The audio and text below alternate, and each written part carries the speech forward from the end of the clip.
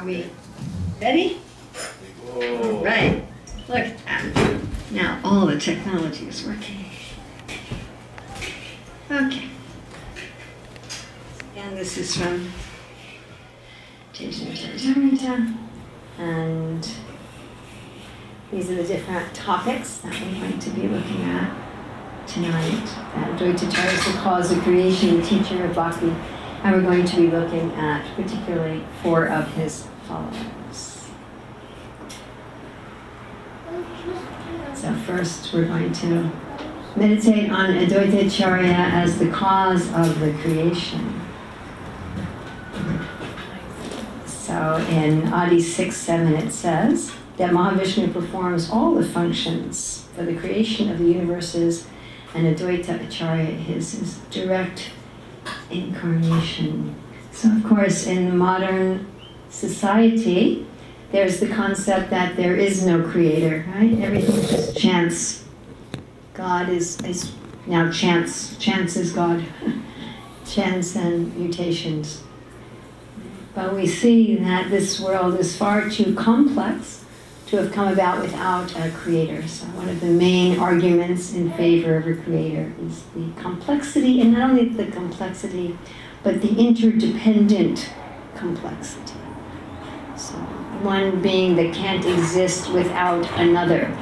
And just like there's these mats here on the floor, they're very simple, but yet we would not say that a 2-year-old child could make these mats. They require some advanced intelligence, or a chimpanzee couldn't make these mats. And yet these mats are so much simpler than, say, 1 leaf of that plant or 1 grain of rice. There's another interesting argument in favor of a personal creator that I just ran into, which I just think is absolutely brilliant. And that is all of the non-functional beauty in the universe and the non-functional variety. So if you look out the window there, you'll see a number of plants, and each of them have leaves, but you'll see that the shape of the leaves on each of the plants is different from the shape of the leaves on the other plants. And when I was in high school, we had to collect leaves of different trees and identify the species from the shape of the leaf. So what is the functionality of having different shapes of leaves? So according to Darwin, every feature of every body has to have a function, right? And some adaptive function. But what is the function? Each of the leaves can equally pull the sunshine and turn it through photosynthesis into the nutrients of the plants. There's no reason to have more than 1 shape of leaf. So there's so much in nature like that that is far beyond function. If Darwinian's philosophy were true, then everything would be only and merely functional. Just like even in this building. So the walls have these lines in it. They don't serve any particular function. They're simply for beauty. So the fact that the world has so much beauty and artistry in it beyond function is another evidence of the existence of a personal creator. And Advaita Acarya is an incarnation of this personal creator of the universe. So how intelligent and creative and artistic must he be? So it says in Chaitanya Charitamrita Adi 16:17 that Lord Vishnu himself is the efficient cause of the material world, and Narayana in the form of Sri Advaita is the material cause. Lord Vishnu in his efficient aspect glances over the material energy, and Sri Advaita as the material cause creates the material world. So we have, of course, Mahavishnu who just glances over the material energy, and that glance of the Lord is also, what is the personality of that glance? Sadashiva, of course, who is Advaita Acarya. So that glance of the Lord, who's Advaita Acarya, then actually does the work of creation. So we don't just say in our Vaishnav Shastras, God created. Like in the Bible, it simply says God created. But in our Shastras, it's given a lot of detail. How exactly does God create? How does he expand himself? How does he do each of the aspects of the great creation that Mahavishnu does? He takes the pradhan, and through his glance, which is also time, agitates the pradhan into the modes of material nature, and the Mahabhuta, the 5 great elements of space, and gases and radiant energy and liquids and solids. And then in the secondary creation, Lord Brahma coming out of the lotus flower and taking these elements, like you go in the kitchen and you take flour and you take water and you take sugar and you make so many things out of it. And then creating all the particular bodies of the living entities. So Advaita Acharya is the creator of millions of universes, and by his expansions of Garbhodaksha Vishnu, he maintains each of these universes. So what an amazing personality is Advaita Acharya. I mean, if we meet someone who just created one thing, right? Like you were admiring that painting. So the devotee who created that painting, one painting, oh, how amazing that you have created this painting, you know, or who's made the outfits for the deities, or you're going to have prasadam later, who's cooked, right? You have some nice sabji or savory. Oh, who cooked this? Who's the one who cooked it? And we become amazed. What to speak of creating the whole material universe? Even this one planet is amazing, isn't it? We don't begin to, there's no scientist or group of scientists that begin to understand everything about this one planet. And it's described in the Bhagavatam that this is the lowest of the middle planets. Barely middle class when you're on this planet. Just cross the line into the middle class. So what to speak of the higher planets? There's so many more colors and fragrances and everything. Whatever we have here, expanded. It says that like on Indra's planet, their sense enjoyment is thousands of times greater than that on this planet. And with the higher planets than that, of the sages, the Prajapatis, and so forth. How can we possibly understand? And this is just one universe, and then there's so many universes. So you meet the person who's done all of that, right? And if I just met the person who made this sari, oh, you made that sari. I just speak of the whole universes. So, but Advaita Acharya is not only the creator of all of the universes and maintaining each individual universe, but he's also the foremost teacher of bhakti. And in Chaitanya Charitamrita Adi 6:27, it says, as he had formerly created all the universes, now he descended to introduce the path of bhakti. So we don't have all the 9 processes of bhakti here, but at least some of them. Of course, these 9 processes are summaries of the 64 angas of bhakti. And bhakti is performed not only with the external angas, but also internal angas. Shilanam meaning both actions of the gross body and actions of the subtle body. And of course, of the two, the actions of the subtle body are more important. Just like Srila Prabhupada would usually define bhakti as devotional service. So devotion indicates the mood or the action of the subtle body, and service indicates what one is factually doing. So service without devotion is not bhakti.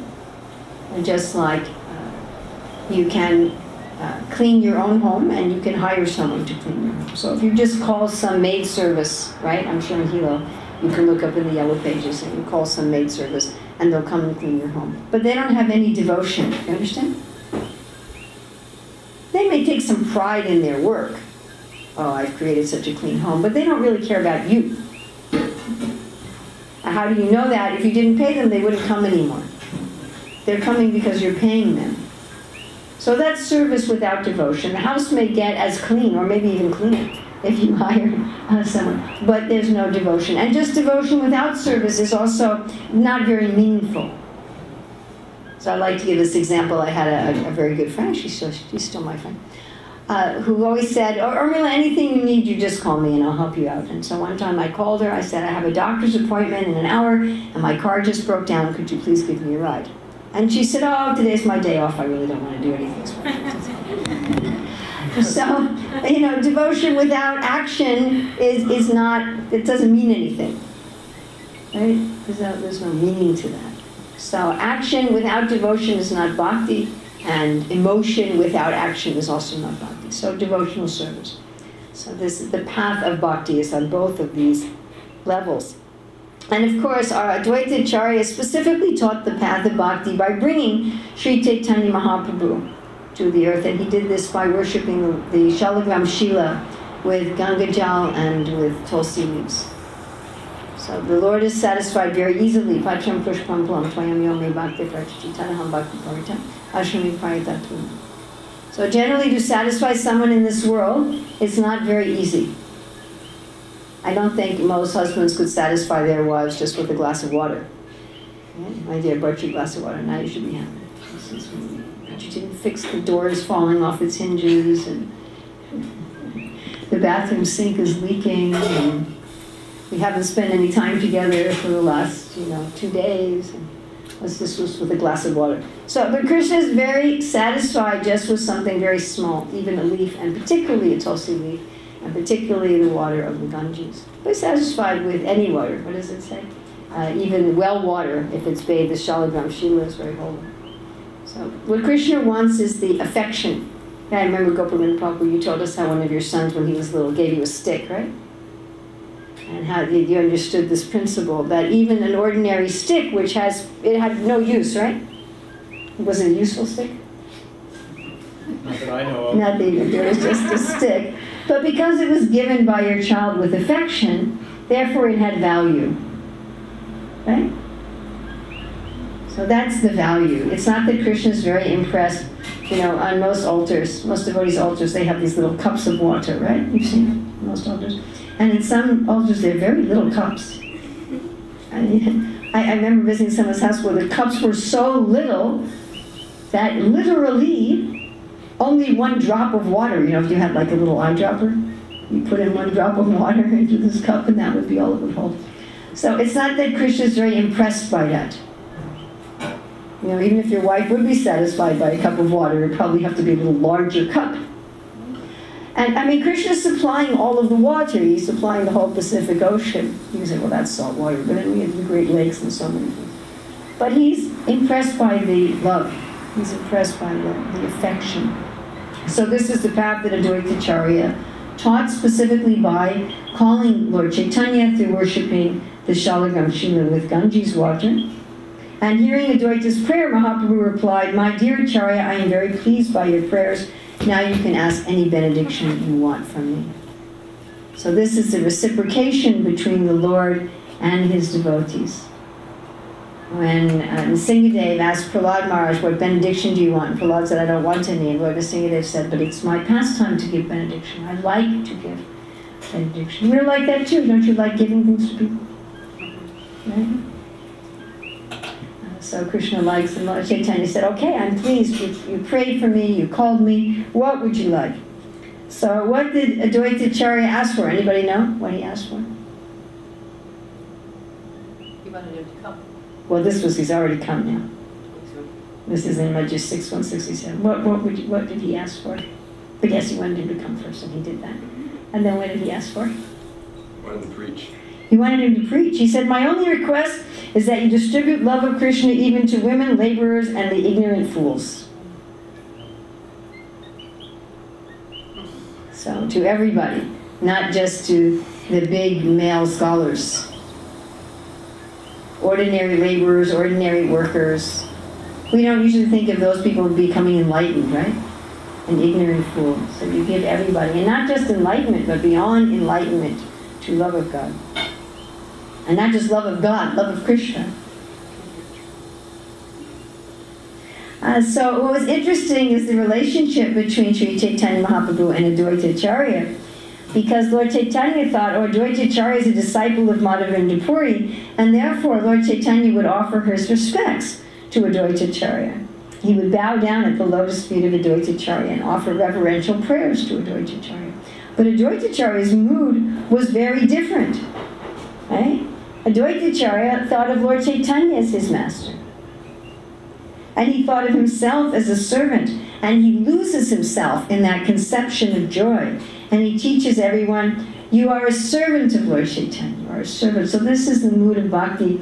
We find that everybody in bhakti, all the way up to Srimati Radharani, they're all feeling, I am a servant of Krishna. I am a servant of Krishna. The gopis are all thinking like that. When am I going to be at the least of the Lord's maidservants? The queens in Dwarka, they're thinking like that. They said, well, the Lord has kindly allowed me to be a maidservant in his home. They're not thinking, I'm very insulted. Even Nanda and Yasoda, they're thinking I'm serving, just like an ordinary parent. They're serving their child. So Advaita Acharya, he's very much enjoying this mood of, I am a servant of Lord Chaitanya. Okay? And this conception of servitude to Sri Krishna generates such an ocean of joy that even if oneness, the joy of oneness with the Lord, could be multiplied 10 million times, it couldn't equal one drop of this service. And Advaita Acharya says, Nityananda and I are servants of Lord Chaitanya. And there's nowhere else where there's this kind of joy. And I think even from a material perspective, we have some experience in this. That giving and serving someone, helping someone, is a very joyful experience. If we spend all day just doing things for ourselves, it's not very satisfying, right? I do some stuff, okay, I cleaned my room, I organized my clothes, I did this and this. There's some feeling of satisfaction. There's something there. But if I helped you clean your house, and I helped you organize your clothes, and I got something for you, then we feel so much happier. Isn't that a fact? Doesn't everyone have this experience? So this idea of the happiness of enlightenment, the happiness of liberation, the happiness of being one with the Lord, this is the general idea of spirituality in the world today. You know, materialism meaning I want to have a Porsche or a BMW and 3 houses and a beautiful spouse and my name in lights in the theaters. You know. Now everybody recognize that as materialism. And then beyond that is, okay, I want to be enlightened, I want to be equipoised, and I want to be peaceful, and I want to have this feeling of just freedom. But there's something higher than that, and that is love. It's very nice, Jiva Goswami in Madhava Mahotsava. He talks about how after Srimati Radharani is coronated as the Queen of Vrindavan, she gives a benediction and she says, may all bound persons become liberated. Very nice, right? Would you like that benediction? So Srimati Radharani started speaking from the altar and saying, may all of you become liberated. Yes, yes. But her associates were not happy with this benediction. The Sakis, the Mantris, they weren't happy. They said, no, no. That's like when Krishna talked to Rukmini, and he said, you know, you didn't choose very wisely when you invited me with your letter. Wasn't very smart. I'm not really qualified. He said, marriage should be between equals, you know, Rukmini.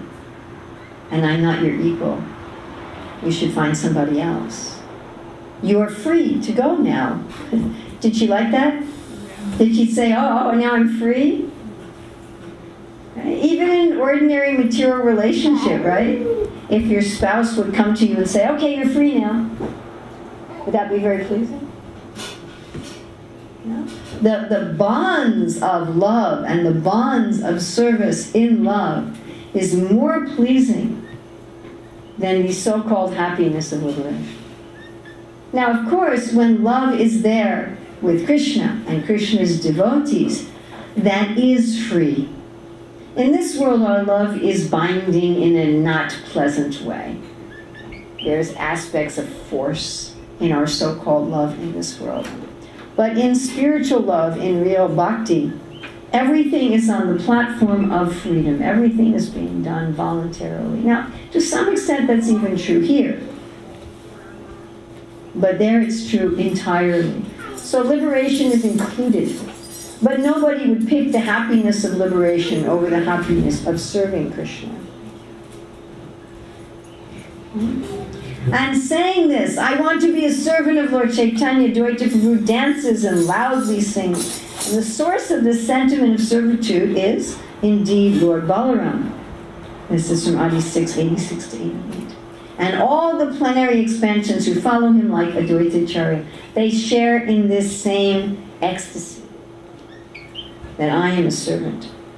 Now we remember that Advaita Acharya is also Sadashiva, correct? He's this glance of the Lord at times, Sadashiva.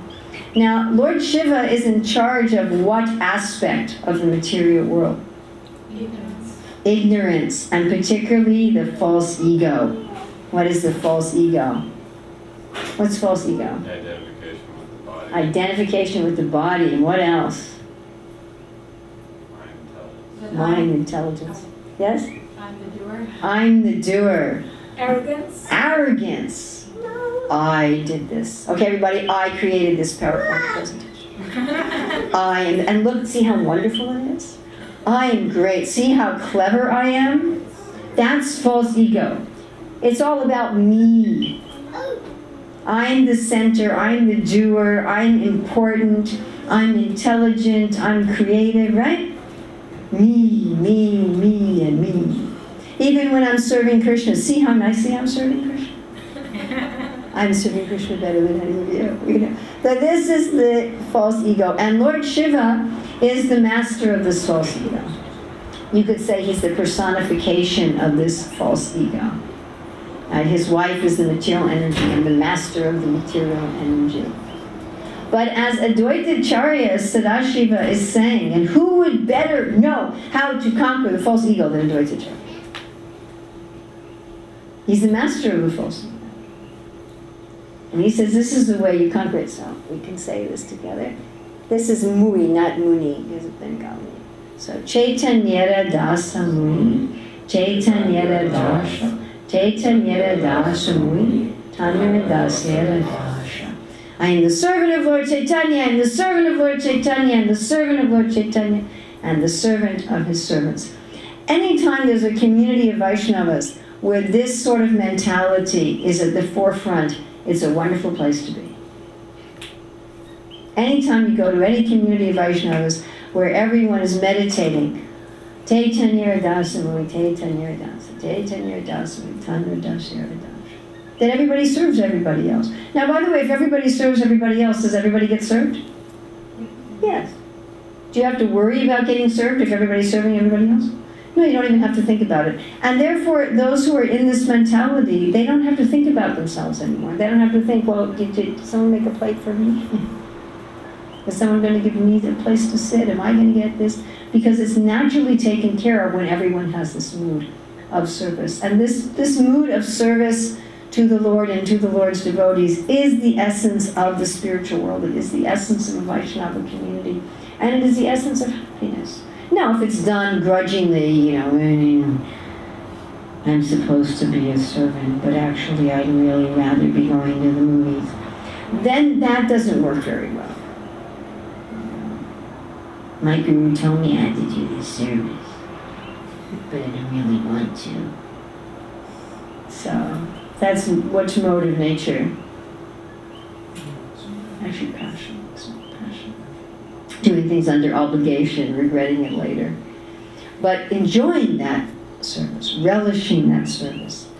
Then that is what is being taught by Advaita Acarya. And just imagine, this is what's enjoyed by God. God, who's the supreme enjoyer. Bhoktaram Yagatapasam. I am the enjoyer of everything you sacrifice and everything I am the enjoyer, Krishna says. So you think that he's like some kind of a despot, right? Right? I mean, some ordinary person comes and says that. All the trouble you take, all the sacrifices you make, all the difficulty you take in life, the results of that are for me. Oh, what kind of person would that be? You say, well, I took the difficulties from me to enjoy. No, you took the difficulties from me to enjoy. And what kind of person is that? A dictator, a despot. A very selfish person. Narcissistic person. So, but how does Krishna enjoy everyone's sacrifice? By serving them. Because Krishna's already full with all, he doesn't need our sacrifices. Our eyedropper of water, he's supplying all the water, he's full, he's expansive, he's not in need. When the despot, when the dictator says that, because they're thinking they're needy, right? Krishna's not needy. So how is he enjoying your sacrifices? By giving it back to you better. Just like we experience with prasadam, right? That when we offer our food to Krishna, it tastes better after the offering. And this is something even non-devotees notice. Non-devotees eat the prasadam. We've had this experience so many times, and they say, what is the recipe? And you give them the recipe, and they come back and they say, I tried it, but it is, what are you putting in there? Did you leave something out of the recipe? Right? We all have this experience. What does that taste, they're asking? That's because when Krishna accepts your sacrifice, you're cooking for him. What kind of cooking is that? I want to cook for me. No, he says you cook for me. So you cook for him. He's enjoying the food. I don't get it. No, he gives it back taste to you. Everything comes back better. That's how Krishna enjoys. How does Krishna enjoy our sacrifices? By taking them and giving them back better than what we give. That's his pleasure.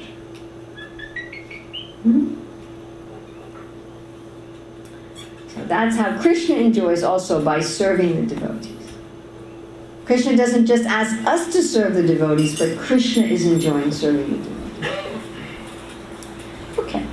Now we're going to look at Advaita Acharya's followers. So we talked about how he's the cause of creation, how he's the teacher of bhakti. Now we're going to look at 4 of his followers. So it said, at first all the followers of Advaita Acharya shared a single opinion, but later they followed 2 different opinions as ordained by Providence. Some of the disciples strictly accepted the orders of the Acharya, and others deviated, independently concocting their own opinions under the spell of Daivi Maya. So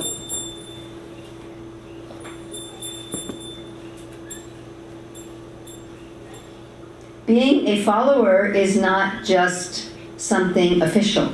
It doesn't just mean that you sat in on an initiation ceremony and you got a name. It doesn't mean you just took birth in a family of devotees, or you just took birth even in the family of the incarnations. It's not just something, well, now I'm a follower. You know, in most of the world, you are a religion because of your birth. Well, why am I a Catholic? Because my parents are Catholic. Well, I'm a Sunni Muslim because my family is a Sunni Muslim. But to be a real follower of something means that you believe it and you do it. So interestingly enough, Advaita Acharya had half of his children became his real followers, and half of them deviated. So even if you're the child of God directly, and we're all children of God, but even if you're the child of God directly, that free will is always there. You can say, oh, I'm the child of God, but you can make a choice that you're going to go off in another direction. And Srila Prabhupada gives some very heavy purports in this section of the Chaitanya Charitamrita about being disconnected and therefore being useless. Right? This is about the tree. Right? That the order of the spiritual master is the active principle in spiritual life. Anyone who disobeys the order of the spiritual master immediately becomes useless. So if you have a branch of a tree and it's not really, it's cut off from the tree, it can't bear any fruit. So it is heavy, sorry. It is heavy, because I think that most of us, if we look into our heart, we'd say, am I a perfect follower of my guru? Anybody here want to claim to be a perfect follower? So, we can be very proud and say, well, I always stick to my vows, I always chant my vows. But are we perfect? Do we ever act out of pride and arrogance and conceit? Have we ever offended any other devotee, right? And Srila Prabhupada, when he would initiate people to the chanting of the holy name, he would usually talk about the 10 offenses against chanting the holy name. And if we think, well, have I ever offended the holy name? Do I ever blaspheme devotees?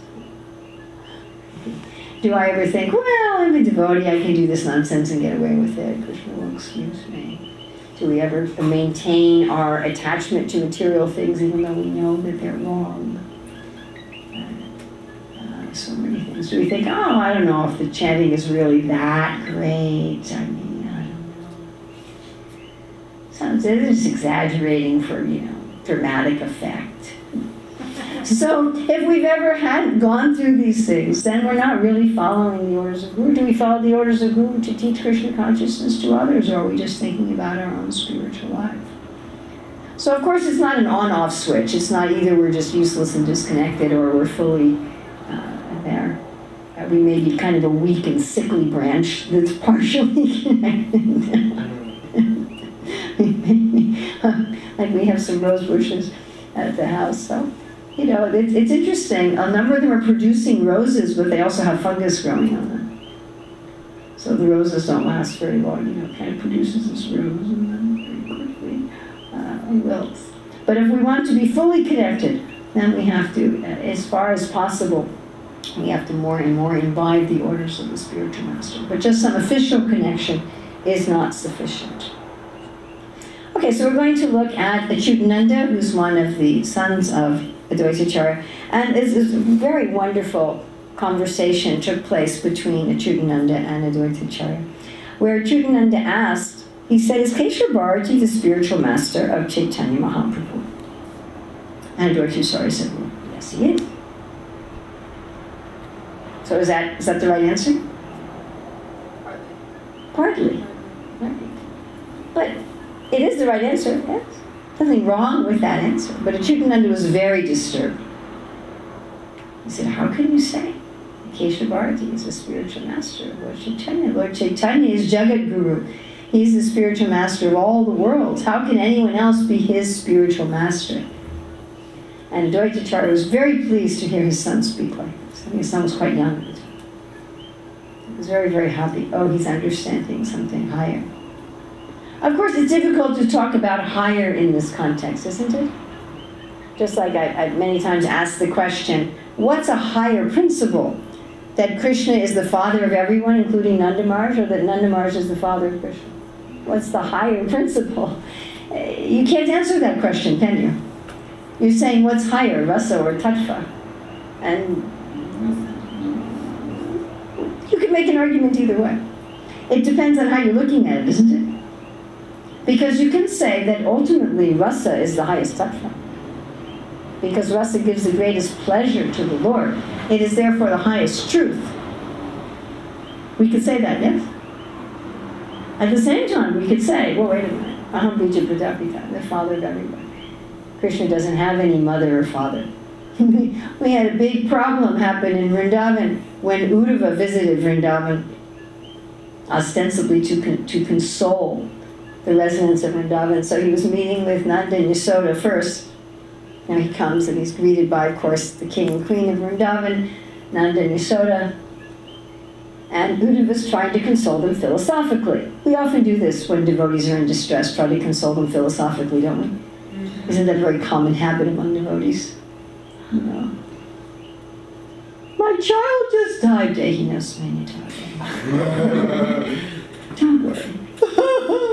You know, I had many years ago an instance where this woman had gotten married, and before she got married, her husband said to her, I'm marrying you, but the day I turn 50, I'm taking Vanaprastha leaving. So she's like, okay.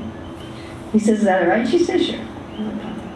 She didn't realize that he meant it very literally. And he didn't have a gradual leading up to it also. You know, it was just like, they were just regular grahastas, and then one day he was just gone. You know, his 50th birthday, she turned around, he was just gone. And she couldn't contact him by phone, by email, nothing, you know, and she fell apart. When I met her for the first time, she was basically little pieces on the floor. And she was hysterical. So I tried the philosophical approach, but it wasn't very effective. Finally I said, you know, just chant Hare Krishna, it'll be okay. It'll be okay. So Uddhava tried this philosophical approach. And he talked to Nanda and Yasoda, and he says, actually, Krishna is everyone's father. He doesn't have a father or mother. You're not his father or mother. He doesn't belong to any particular place. He's everywhere. And Nanda Maharaj said, what are you talking about? Mother Yasoda didn't say anything. She just cried. She wasn't even paying any attention. It was just, what does this have to do with me? Right? So, at the same time, you know, Achyutananda, he took this tact of tattva. And he says, now, Lord Chaitanya is the spiritual master of the worlds. Now, one very important point we should make here, a very important point, is that for most living entities, tattva has to be understood before rasa can be understood. If you try to teach rasa without teaching tattva, you're likely to cheapen the whole process. The sahaja means one who takes everything very easily. And things become very misunderstood. And so many people have looked at Krishna's lila and just trying to immediately jump to rasa without understanding tattva. And they just make a big mess out of things in one way or another. There's so many varieties of apasampradayas. who just destroy the whole process of bhakti and cheapen it. Sometimes they engage in immoral acts in the name of bhakti. So tattva must be understood first. Now, so much emphasis first. Krishna is the Supreme Personality of Godhead. He's the creator. He's the maintainer. He's everyone's father. I am, not this body. Now, of course, even in the beginning, just like Srila Prabhupada, in the very beginning of starting the International Society for Krishna Consciousness, he created the Krishna book and the Nectar of Devotion, which are very high books of rasa. Yes? And not only that, he had us go out to the public and sell these books, which is sort of astonishing if you think about it, isn't it? That we would just go to the airports and the bus stations and the Kmart parking lots and give people Krishna book and give people Nectar of Devotion. Of course, he so expertly interwove tattva into the rasa, you notice that? Very expertly. So that every paragraph, practically every sentence, Srila Prabhupada is bringing tattva in. And this is very important. I mean, we have so many of the works of the Acharyas that are only rasa, isn't it? It's practically no tattva. Like I talked before about Madhava Mahotsava, there's no tattva in that. It's just rasa. So it is very important. Although, from another perspective, rasa is the greatest tattva. From another perspective. Another way of looking at things. Krishna is genuinely afraid of Mother Yasoda. Krishna is genuinely serving Srimati Radharani. We were talking earlier about it. Everyone up to Srimati Radharani has this movement, I am a servant. But Krishna is thinking, I am a servant. If Lalita says you can't come in, he says, okay, I can't come in. I mean, from a tattva perspective, that's absurd. Krishna can't come in. He's everywhere. But it's not like Hiranyakashipu saying Krishna can't come in. It's not like Hiranyakashipu saying God isn't allowed in my palace. So Advaita Acharya was very, very pleased that his son understood tattva. Now there is a level of Krishna consciousness at which one forgets entirely that Krishna is God.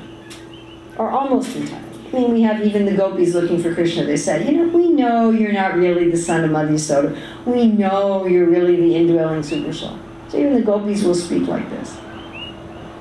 Even Mother Yasoda, she sees the universal form. But that's not their interest.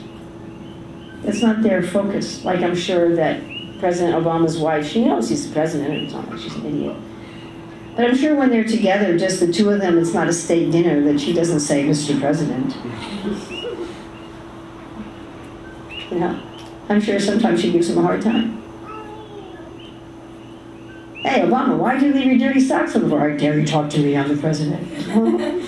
It's not in the consciousness, right? Or his daughters, they just call him daddy. I probably talked about the British government official who was giving his grandson a horsey ride.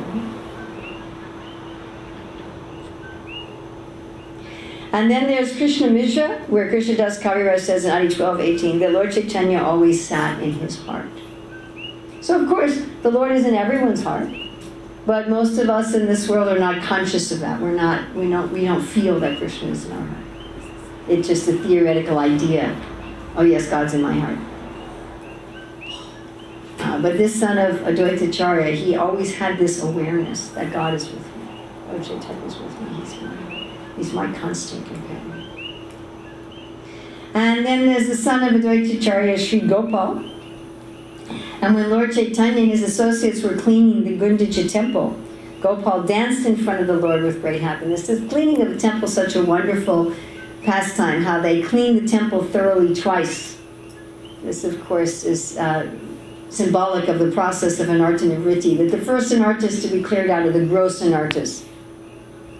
Meat eating, intoxication, illicit sex, gambling. I mean, if you can do that in Kali Yuga, you're pretty amazing, right? Like Lord Jetland, who told the disciples of Bhakti Santa who went to London, it's impossible. No, we cannot give up illicit sex, intoxication, weed eating, and gambling. So to get rid of those gross anarthas, but to get rid of them the subtle anarthas, kam, krodh, lobh. Now that's the second cleaning. And Lord Chaitanya and his associates, they love cleaning the temple of the heart. It's so much fun. You know, I think when we first come to spiritual life, we're afraid to clean the heart. Just like if you've been keeping your junk in a closet for a long time. Oh, I have to clean it. Oh, it's going to be such a big job. I don't want to clean it. Right? And I think many times devotees are afraid to go through this process of anartha nivritti and really confront the demons in the heart. But it's fun, right? Once you start getting into it, it's clean. You start actually seeing the shape of your closet. Wow, I have some space in my closet. It's a nice closet. So we've got a nice heart, really. We've got a beautiful heart. Advaita Das Goswami talks about the city of love within the heart.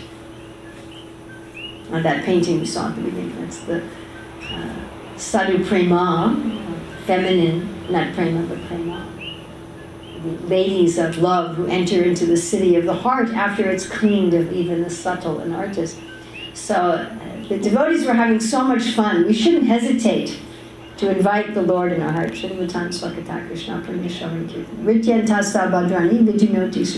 That Krishna enters into the heart. So Lord Chaitanya, we were saying earlier, Kevalananda Kanda, he's just having fun cleaning the heart. And it should be fun for us as well. And so Gopal was having also a lot of fun at this heart cleaning festival. And so he was dancing and dancing in front of the Lord with great happiness. And while Lord Chaitanya Mahaprabhu and Advaita Prabhu chanted the Hare Krishna mantra, there were all kinds of ecstatic symptoms in their bodies, right? So you just imagine you're dancing in your heart while it's being cleaned, and Lord Chaitanya and Advaita Acharya. Remember Advaita Acharya, who's the master of the false ego, but he's really happy that this false ego is being cleaned out of the heart and we're getting a servant mood, and they're just having all these symptoms of ecstasy dancing. And then, while all of them danced, Gopal fell down and fainted and became unconscious.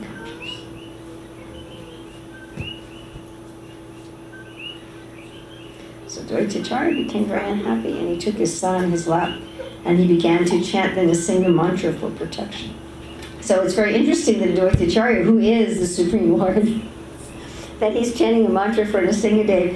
It reminds me how Mother Yasoda would chant mantras for Nrsimhadev to protect Krishna when he would go to the forest.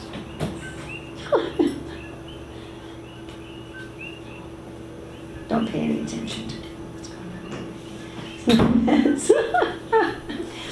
So it's so funny, right? I think it's Rupa Goswami who says that as Mother Yasoda is tying on this amulet of Nrsimhadev onto Krishna's wrist before he goes to the forest, and she says, "My dear Krishna, may Nrsimhadev protect you in the forest," that Krishna tries hard to suppress a smile. And Rupa Goswami says, "May this suppressed smile benedict you all." So Advaita Acharya is saying the mantras to Lord Nrsimhadev for protection. In the ISKCON movement, the first time Srila Prabhupada became very sick, he asked the devotees to start chanting the Nrsimha, a verse of the Das Avatar Stotram after the Arti, which is how that became part of the regular formula. But Advaita Acharya was chanting various mantras and it didn't help. Has that ever happened to you? You're praying and you're chanting mantras, it doesn't do any good. Why am I chanting all this? So Advaita Acharya, he's chanting the mantras to Nrsimhadev. He is Nrsimhadev. And he's chanting the mantras to Nrsimhadev and nothing's happened. Gopal didn't come to consciousness. So then all the Vaishnavas started crying. And then Lord Chaitanya put his hand on the chest of Gopal and he said, "Get up and chant the holy name of the Lord." And when he heard the sound and felt the touch of the Lord, Gopal immediately got up. And everybody was chanting, "Hare Krishna, Hare Krishna, Krishna Krishna, Hare Hare, Hare Rama, Hare Rama, Rama Rama, Hare Hare." Okay, the last fellow we're going to look at, this is a very interesting story. Kamalakanta Vishvasa. And Kamalakanta Vishvasa was a very confidential servant of Advaita Acharya, and he managed a lot of Advaita Acharya's business. Now this is also a very interesting discussion really of rasa and tattva. So he noticed that Advaita Acharya seemed to have some financial troubles. And if you're managing somebody's business, so you may notice, wait a minute, the accounts aren't adding up. Right? It's like I have my youngest son, California. He manages the accounts of our nonprofit. So he always has to make sure, okay, is everything adding up? What did we spend on book publishing? What did we spend on cleaning Radhakund? What did we spend on giving money to the sadhus? Is it all adding up right? How is it coming out, right? So if it doesn't add up right, that's a problem.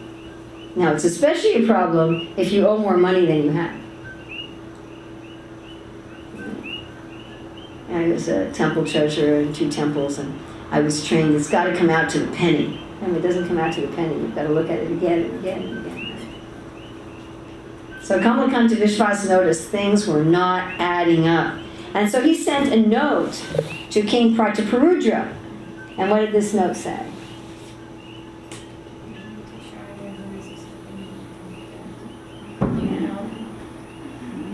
Would you help pay it? So this is a very interesting note.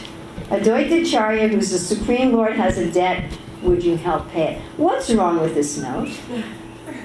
That he's the Supreme Lord and he has a debt. What? That he's the Supreme Lord. That he's the Supreme Lord and has a debt. So what's it mixing here? It's mixing rasa and tattva, isn't it? Right? If he's the Supreme Lord, he can't have a debt. That's tattva. There's no question that God has a debt. But if you're just in the mood that I'm the servant and we have these leelas, well, then there could be a debt. Doesn't Krishna tell the gopis that he's always indebted to them? He says, I can never zero the account. We often say we have an eternal debt to our guru, that we can never zero the account to our guru. You never get to a point, okay, paid off the guru, done. And we try to pay off the guru by preaching to others, but you never pay it off.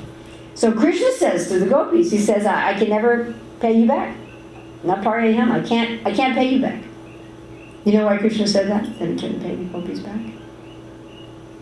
Because he said the gopis had given up more for him than he'd given up for them. He said, you gave up your families, you gave up your reputation. He said, I didn't give up my family. I didn't give up my reputation. So I'm always in your debt. So from that perspective, one could say that God is in debt. But he was mixing these two perspectives. And somehow Lord Chaitanya got a hold of this note. And by the way, that happens, you know. We try to keep things secret from God, doesn't work out very well. Somehow he'll get to see it. So somehow, somebody showed Sri Chaitanya Mahaprabhu. So, this note again, as we said, it was contradictory. So Lord Chaitanya wasn't very happy. He was smiling though. Interesting. He said he was unhappy, but he was smiling. He said he's made the incarnation of Godhead, a poverty-stricken beggar. And he said to his servant Govinda, from today on, do not allow that Kamala Vishvasa to come here. So is that a good thing or a bad thing? It's a bad thing. A bad thing. All right, so if you were in Jagannath Puri and you were regularly seeing Lord Chaitanya, I mean, if you're Advaita Acharya's servant, you're going to regularly see Lord Chaitanya, right? And you wrote this note. Was he just trying to be helpful with this note? Yeah. Yeah, he was just trying to do some service. He didn't mean any harm. And then Lord Chaitanya says, I'm never going to see you again. That's pretty extreme, right? So you think, well, that's pretty bad. However, Advaita Acharya had a very different mood. So Kamalakanta was very upset. He goes to Advaita Acharya, you know, I've now been removed from the presence of Lord Chaitanya, and he was devastated. And Advaita Acharya was very happy. I think we can learn a lot from this, that if we look at Krishna's dealings with us through a material lens, we're not getting the whole picture. Now, sometimes we go through difficulty in our lives, maybe often we go through difficulty in our lives, depends what kind of life you have. And you might think, well, you know, how does this difficulty give Krishna pleasure? Look, Krishna, I'm serving you. I mean, why don't you just make my life easy? So Kamalakanta Vishwas might have thought this. Okay, Advaita Acharya, I've been your faithful servant. I did this to serve you. Now I got in trouble for it. And then instead of trying to help me out, you're happy? You know, what kind of master are you? What's going on here? And then Advaita Acharya said, you're very fortunate to be punished by the Supreme Lord. He says, when I was chastised by Lord Chaitanya by teaching liberation as the ultimate goal, I was very happy. He said, even Mother Sachi was also punished, right, when she was mad at Advaita Acharya for her son taking sannyas. So why does Advaita Acharya think that it's a good thing to be punished by the Lord? Because if you're punished, that means they have affection for you. Yes. That means you have an affectionate relationship. Now, of course, enemies also try to punish us. I think in our lives, there's basically two people who try, well, maybe three. Let's say three people. There's our enemies who try to punish us because they have envy and malice towards us, and they enjoy seeing us suffer. I assume that all of us have encountered at least one person like that in our life. Okay, then we have people who are neutral, who punish us just incidentally. I'm very sorry, we can't refund your money, that's our rule. You know, and they don't really care whether you're happy or unhappy. It's not that they want you to be unhappy, but they punish you just circumstantially. They're really neutral, right? Isn't that a fact? And then there are people who love us, who punish us out of affection, who punish us for our own good, who punish us as a sign of that affection. Who say, no, you know, look, you yelled at me this morning, I just really don't want to hang out with you for a while. Right? Isn't it? And don't we do that out of affection, people? Or we go to someone we love. I mean, isn't that one way we know that someone's close to us, that they can come and say, hey, you know, this is off. That thing you did this morning, yeah, it wasn't really very good. And people where they trust the relationship with us enough that they know that they can say something like that and we still love each other. I mean, we all have friends to whom we can never speak an unpleasant truth. You know, I've noticed for a while on Facebook, whenever someone changes their hairstyle, they only get compliments. Right? So we've got a lot of people like that in our lives, where they say, so what do you think? And we say, yeah. You know, and we don't feel comfortable enough to tell them what we really think. So the people you feel comfortable enough to say, hey, you know, actually that's kind of awful. That shows some intimacy. You remember we talked about in the beginning how Advaita Acharya had the mood of serving Lord Chaitanya, but Lord Chaitanya had the mood of seeing Advaita Acharya as his superior. So in a civilized society, which isn't really what we have in America at the present time, you don't instruct your superiors. If someone's your superior, you never instruct them. I was running into this in India when I was working with a project, and the head of the project definitely, unquestionably made a mistake. And one of the workers in the project, who wasn't from India, said, well, he should apologize. And one of the Indians who was working there said, you can't ask the head of the project to apologize.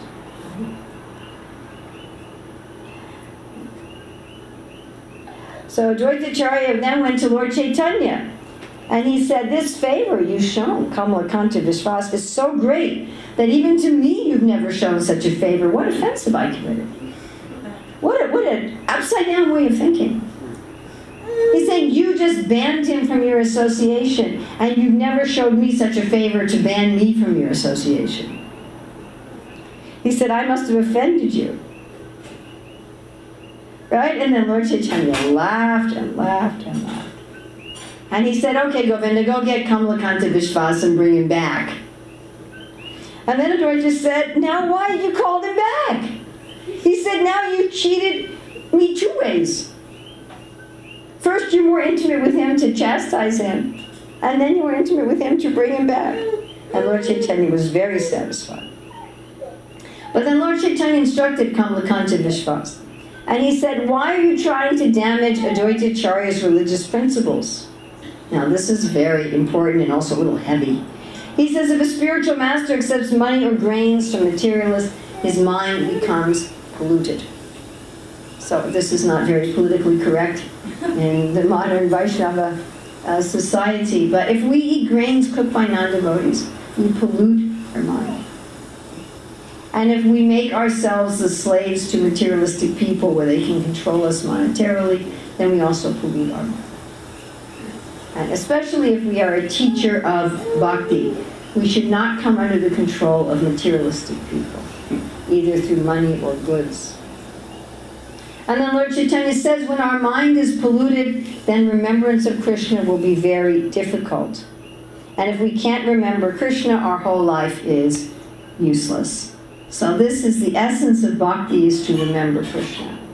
And if we pollute our mind by association with materialistic people, then we're going to miss out on the goal of life.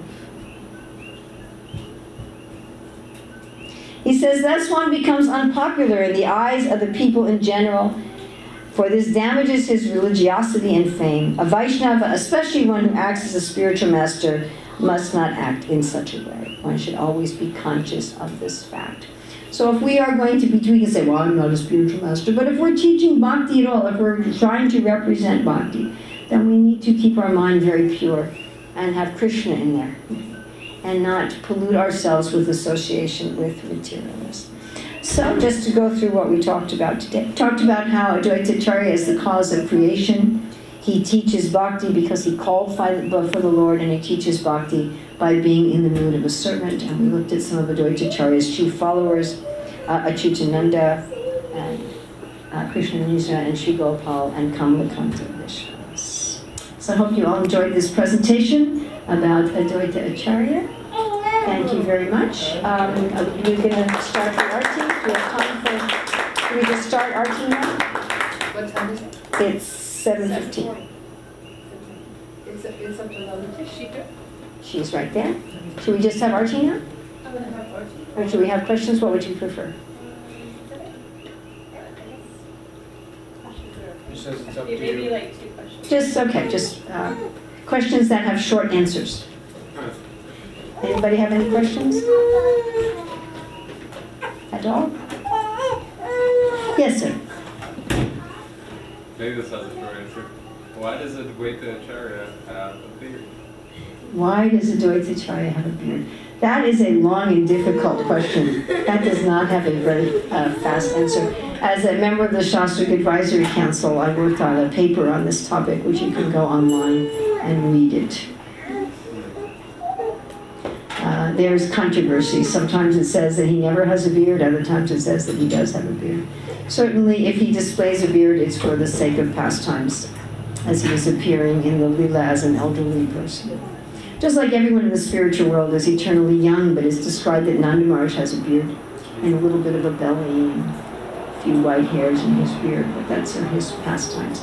But other acharyas say that Advaita Acharya always appears eternally youthful.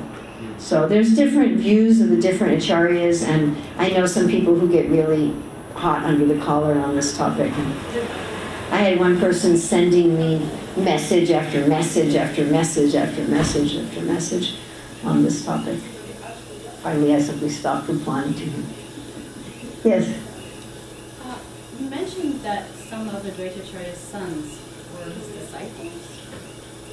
Well, they were all his followers. They weren't his Diksha disciples. So they took Diksha from somebody else. Yes. The general principle is that you don't give Diksha to your own children. How many children did he have? 6. So 3 followed him and 3 became impersonals. Yes? Is there any story, maybe all of you have heard of it, any story where Advaita Acharya goes into like spontaneous bliss, like where you see Govinda, or was it Gopal or Govinda that in this? Where he fainted like that? Or he fainted, does Advaita Acharya ever do that? Does he ever experience anything like I that? don't know. Have you ever read anything like that? I don't think Does so. he, Does Advaita Acharya ever go unconscious like that in ecstasy? Crying, chanting ecstasy. Well, he certainly displays ecstatic symptoms. he's famous for being antisocial, in that he roars in public which is completely contrary to natural social behavior. When I say roaring, I don't mean that he just raises his voice. He swoons with roars that are inhuman. Okay, well, there you go. There's your answer. And is he, He dances in ecstasy like when Lord Nityananda threw rice at him at Prasadam time. He had the rice stuck to his body from Lord Nityananda, and he was dancing like that. And of course in the kirtans in Navadvip. is he the, I don't know if I've heard this before, is he the embodiment of tattva, like more so like just like rules and regulations, or is he also is he the embodiment of rasa as well? Well, he's teaching both. He certainly taught philosophy, but he was also teaching this mood of serving the Lord and loving the Lord. Anybody else? Yes. A couple questions. You mentioned that your lead-in was eating grains cooked by non-devotees, and then you also mentioned monetary exchange with the same kind of people. If monetary exchange with non-devotees is the rule for completely karma-free activity, then there would be zero business for any devotees to get involved. This is a very good point. So how do we apply this principle of not taking money from materialistic persons? So I understand this to mean devotees who are living on charity. The renunciates and the Brahminical grahastas who are living on charity. If you have a job and you get a salary from your job, then that's not applicable. But it's very dangerous to receive charity from materialistic persons. Now, if you're taking that charity and engaging it directly in service and not maintaining yourself by it, then it's not so risky. I have a very good friend who said to me, you know, if you're out preaching Krishna consciousness, you can collect anything and engage it. But Prabhupada does warn in his Nectar of Instruction that not everyone is strong enough to utilize everyone's contribution, even for preaching. We see that you can become compromised. If you're building a temple and some very materialistic person gives you a lot of money to build the temple, then you may end up allowing that materialistic person to control what goes on in the temple. And we've seen this happen. We've seen, you know, materialistic persons give a lot of money, and then you put them on the temple board, and pretty soon you've got demigod worship going on in the temple. And I've seen it practically happen. You know, that things become compromised. The temple becomes changed in some way. And I've seen it even happen where, you know, a materialistic person was paying all the salaries of a devotee in a temple. And so people stopped getting up early and coming to the programs. They would just show up at 10 o'clock in the morning to do their job and collect their salary. And it compromised the whole situation. So one does have to be very, very careful, even collecting money for preaching projects. I mean, one thing that I found very helpful is not to depend on one wealthy person. So let's say you're doing some big preaching project, and you might think, well, it's very efficient. I'll just find one rich person who can foot the whole bill. Then I don't, you know, just spend an hour cultivating them, and then I get everything. It's far, far better to get a lot of small donations from a lot of people, because then you don't have one person who can manipulate the whole situation. Political system. Political system. Yeah, it's very much like that. So, and we find the people who aren't preaching Krishna consciousness, are the example of our acharyas, is they wouldn't take anything from materialistic persons at all. I mean, I have a good friend who's become ill in her later years and is not really able to preach much anymore. Is basically living like a Babaji out of necessity, and she will not take a penny from anyone who's not an initiated, strictly following devotee. She says, I'm not going to take anything from my maintenance from anyone who's materialistic. So it's, that standard is there. But even for preaching, one has to be very, very, very, very careful. No, if you have a job, you work at a job and you're getting paid at a job, that's a whole different other situation. You have your own business and you're selling things to people. Then they're not controlling you. Does that make sense? But I've seen all sorts of catastrophes happen by people who are not careful with this principle. You become compromised. Did you have something else? What, grains? Somewhere I did. You said about grains. Oh, I know. If, in the case of Kamalakanta Vishwas, he was actually a sincere devotee trying to serve Advaita Chandra and help him. Definitely. So Mahaprabhu, if Mahaprabhu is known as Rashik Sekhar, if Mahaprabhu is known as Parama Karuna, means one who revels in ras, basically, then why did he see the tattvic side of the equation as opposed to the rasik side? Because Kamalakanta Vishwas himself said both in his letter. Kamalakanta Vishwas was mixing these two perspectives in his letter. And the situation made Lord Chaitanya very So that unhappy. means that if he would have left out the he's God part, Mahaprabhu wouldn't have been upset. Well, you can never say what would have happened. I'm not going to guess the mind of Sri Chaitanya Mahaprabhu. But he was particularly objecting to this mixing and saying, you know, here's a Supreme Personality of Godhead, but he needs to, you know, get some money from the local king. And it didn't, you know, he said this is not the way to approach things. And then he used the opportunity, Chaitanya Mahaprabhu used the opportunity, of course, to have this sweet exchange with Advaita Acarya, and he used the opportunity also to instruct Kamalakanta Vishwas and all of us about not being beggars from at the feet of materialistic persons.